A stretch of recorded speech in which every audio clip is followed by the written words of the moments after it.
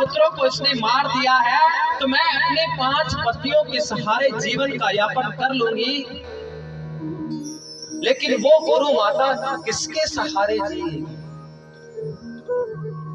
आपने अपने गुरु को तो पहले ही युद्ध भूमि में मार दिया है, अब अगर आप उनके पुत्र को भी मार दोगे तो वो स्त्री, वो विधवा स्त्री किसके सहारे जिएगी? और स्वामी, एक पुत्र के मरने का दुख मां से ज्यादा और कोई नहीं जान सकता। आप इसे छोड़ दीजिए। हाँ, और एक बात और स्वामी, अगर इसको मारने से मेरे 5 पुत्र जीवित होते हो ना, फिर भले ही आप इन्हें मार दीजिए, इनको मारने से मेरा पुत्र तो जीवित होने वाले नहीं। तो आप ब्राह्मण को मारने का, ब्रह्म हत्या का दोष क्यों लेते हैं? गुरु पुत्र को मारने का दोष, पाप, कलंक क्यों लेते हैं? छोड़ दो। पास ही में भीम खड़े थे। भीम कहने लगे, भैया तुमने अगर इसे छोड़ दिया तो मैं इसे मार डालूंगा। इसने निहत्थे बेटों को मारा है, मैं इसे नहीं छोड़ूंगा। अर्जुन युधिष्ठिर की तरफ देखते हैं, भैया आप तो धर्मराज हैं, आप ही बताइए क्या करें? द्रौपदी तो कहती है कि इन्हें छोड़ दो, लेकिन भीम दादा कहते हैं, भीम भैया कहते हैं कि तुम इसे छोड़ दोगे तो मैं इसे जिंदा मार दूंगा, मैं इसे नहीं छोड़ूंगा। क्या करना चाहिए भ्राता, आप भी बताइए। कहने लगे, धर्म की नीति जो कहती है वही करो, और धर्म कहता है कि ब्राह्मण कैसा भी क्यों ना हो उसे नहीं मारना चाहिए। पास ही में नकुल सहदेव खड़े थे। कहने लगे, भैया इसे जिंदा नहीं छोड़ना चाहिए, इसे तो मारना ही चाहिए। ये तो बालकों का हत्यारा है, बालकों का हत्यारा कोई भी हो उसे जीवित नहीं छोड़ना चाहिए। द्रौपदी कहती है छोड़ दो, भीम कहता है मार दो, युधिष्ठिर कहता है धर्म के अनुसार छोड़ दो, और नकुल सहदेव कहते हैं मार दो।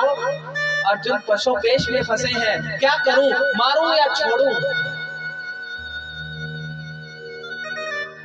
पास में ही खड़े थे गोविंद, कृष्ण की तरफ देखकर आंख नीचे करके प्रणाम करते हुए कहने लगे, माधव आप ही बताइए क्या करना चाहिए मुझे? कृष्ण कहने लगे, देखो भैया, द्रौपदी जो कह रही है वो बिल्कुल सही है। एक पुत्र के मरने का दुख मां जितना समझ सकती है और कोई नहीं समझ सकती। द्रौपदी सही कह रही है, ब्राह्मण है, गुरु पुत्र है, इसे नहीं मारना चाहिए।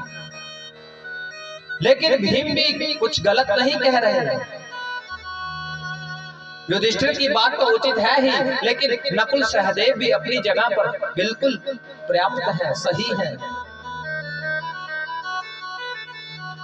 देखो अर्जुन, मैं तो यही कहूंगा कि ये ब्राह्मण पुत्र है, गुरु पुत्र है, इसे नहीं मारना चाहिए, क्योंकि ब्राह्मण कोई भी हो, कैसा भी हो, उसे मृत्यु दंड नहीं देना चाहिए। और बालकों का हत्यारा कोई भी हो, बालकों का हत्यारा कोई भी हो, उसे जीवित नहीं छोड़ना चाहिए। अर्जुन तुम ऐसे करो, इसे मार भी दो और इसे छोड़ भी दो। भीम भैया मुस्कुराते हुए कहने लगे, वाह रे कन्हैया, तेरे जैसे 5-4 जज और हो जाए तो चल गए, हो गए फैसले। अगर मारेंगे तो छोड़ेंगे कैसे, और अगर छोड़ेंगे तो मारेंगे कैसे? कृष्ण कहते हैं, भीम दादा मैं आपसे नहीं कह रहा, मैं तो अर्जुन से कह रहा हूं, और अर्जुन ने मुझसे गीता सुनी है, उसको पता है कि मैंने क्या कहा है। अर्जुन ने उसी क्षण भरी सभा में अश्वत्थामा की आधी दाढ़ी आड़ी मूंछ मूंद दी, शिखा को काट दिया, तेजों की मणि को निकाल लिया और धक्के मारकर उस सभा से निकाल दिया। और मरने वाला तो इतने में ही मर जाता है भाई, मरने वाला तो इतने में ही मर जाता है। सबसे बड़ा अपमान, सबसे बड़ी मृत्यु जाति अपमान है। और पहले के समय में ऐसे ही होता था, जब कोई हमारे समाज में, हमारे कुल संप्रदाय में कुछ गलत कार्य कर देता था तो हम उसे कुल से, संप्रदाय से, समाज से बाहर निकाल देते थे और कहते थे कि इसको समाज में कोई भी भाग नहीं देगा। और वो तो मर जाता था, नित्य प्रतिदिन मरता था, क्षण मरता था, हर क्षण। लेकिन आजकल कोई परवाह नहीं है। ये बड़े बड़े राजनेता जिनको हम चुनकर भेजते हैं, जिनकी सुरक्षा में करोड़ों रुपए नित्य प्रतिदिन खर्च होते हैं, लोकसभा, राज्यसभा, कभी लाइव सेशन देखना टीवी पर, पता चले कुत्ते बिल्ली के जैसे लड़ते हैं। एक दिन पहले एक दूसरे को चोर बोल रहे हैं, दूसरे दिन ही अंदर कमरे में गठबंधन हो जाता है, बाहर मीडिया में आकर गले मिल रहे हैं। ये तो हमारे गठबंधन के साथी हो गए। कोई बात की वैल्यू नहीं, कोई गाली की कोई परवाह नहीं, किसी तरह की। एक नेता तो मुझे अक्सर याद आ जाता है, कहो तो बता दूं। वो कुछ समय पहले लिस्ट लेकर घूम रहा था, ये भी चोर है, ये भी चोर है, ये भी चोर है, ये भी चोर है, ये भी चोर है। जानते हो सभी, अरविंद केजरीवाल, लालू भी चोर, वो भी चोर, वो भी चोर। और उसी को जेल में मिलने के लिए गया, पैर छूता है, गले मिलता है, डूब के मर जाओ। मैं बच्चों की कसम खाता हूं, ना समर्थन लूंगा ना दूंगा। शुक्र मनाओ, ये जो राष्ट्र है ना, ये तो गोविंद के भरोसे चल रहा है। हम सोचे किसी नेता के भरोसे चल रहा है तो हो गया काम।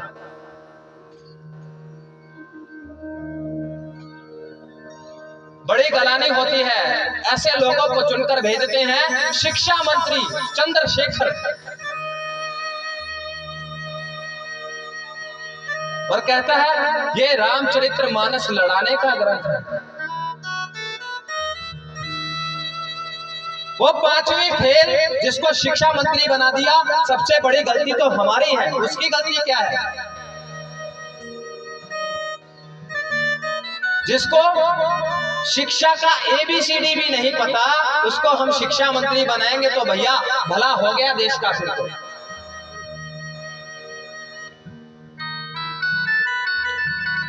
अश्वत्थामा सोचने लगा, मेरा अपमान कर दिया, मुझे धक्के मारकर बाहर निकाला है,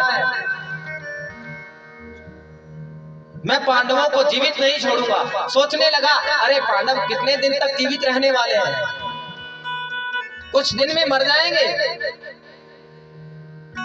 फिर सोचने लगा, अरे इनके वंश में एक बचने वाला है। अभिमन्यु जब चक्रव्यूह में फंसा था, उसकी पत्नी उत्तरा गर्भवती थी। अरे गर्भवती क्या थी, वो तो 9 मास पूर्ण करने वाली है। मेरा अपमान किया है, मैं इनके कुल में किसी को भी जीवित नहीं छोड़ूंगा।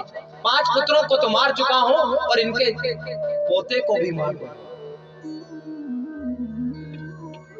उसी क्षण उत्तरा की तरफ ब्रह्मास्त्र साध दिया, चला दिया। उत्तरा घबराते हुए कहती है, पाहि पाहि महायोगी देव देव जगतपते। पाहि पाहि महायोगी देव देव जगतपते, बचाओ हे माधव, हे कृष्ण, मेरी रक्षा करो। मैं मर जाऊं मुझे कोई परवाह नहीं, लेकिन मेरी कोख के अंदर जो पांडवों का वंश पल रहा है वो सुरक्षित रहना चाहिए। हे प्रभु, हे माधव, हे कृष्ण, मेरी रक्षा करो। मैं मर जाऊं मुझे कोई परवाह नहीं। भगवान श्री कृष्ण उसी क्षण अंगूठे का रूप लेकर उत्तरा के गर्भ में प्रवेश कर जाते हैं। घूम घूम कर उस ब्रह्मास्त्र से रक्षा करते हैं।